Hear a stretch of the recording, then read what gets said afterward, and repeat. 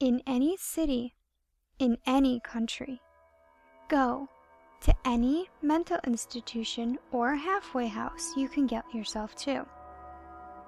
When you reach the front desk, ask to visit someone who calls himself the holder of winter. Should the receptionist begin to cry, you are at the right place. The receptionist will call security, and you will be escorted out of the building, exiting into a cold street in the middle of fall after a snowstorm. Begin walking down the street.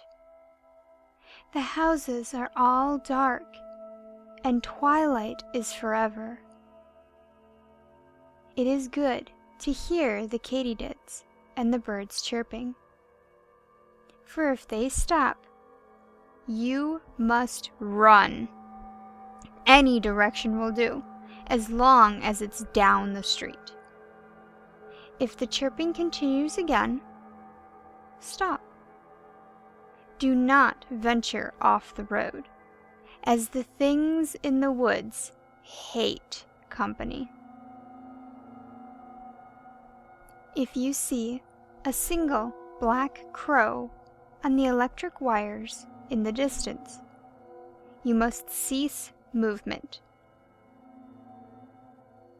If a white crow is in its place, you must carefully turn around and quickly walk to the exit.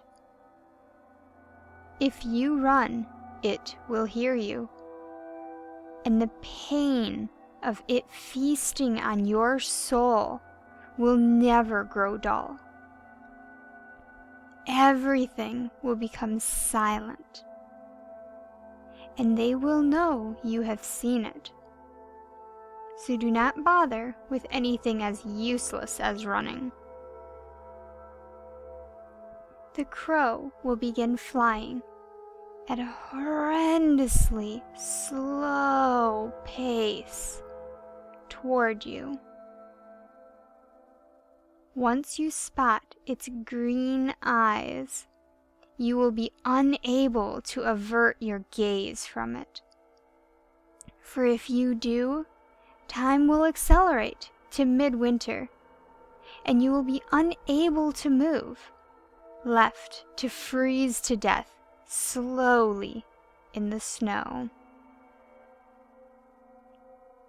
Once the crow lands, it will begin acting as if you are not there, and begin pecking at the ground. If its head turns, maintain your gaze at its head, where the eyes should be. You must ask it one question, and one question only. What will we gain by bringing winter?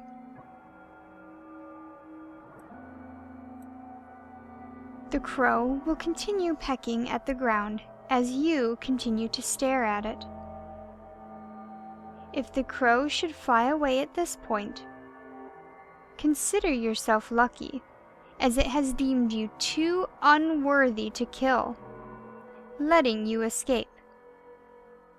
But you must never seek this object again, for fear of death.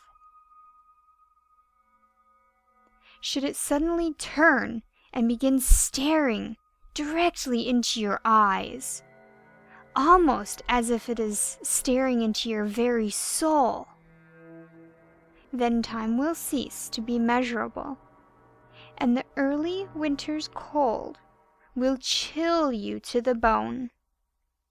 But you must not avert your gaze. The crow will caw once and begin to fly away, but you must not lose sight of it. You must give chase. You will come upon a forest, and the crow will fly through the trees. You must stare at where it disappeared, and enter the thicket yourself. fail to locate the crow, and not even suicide will save you from the creatures who call these woods home. You will come to a clearing, and you will find the crow long dead and rotting. The only thing left is one of its lucid green eyes. You will be filled with an overwhelming urge to gouge out one of your own eyes and replace it with the crow's. Resist it, and eventually you will pass out. When you awaken, you will be in a park closest to your home, covered in a fresh sheet of snow.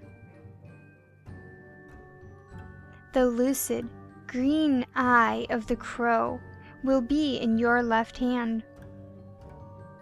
If you should ever stare directly into the eye's pupil, however, you will die. The forest's creatures get hungry when no seekers come. That eye is object 307 of 538. Anyone who gazes into this eye will be eaten by creatures. Will you use them to rule or to save them?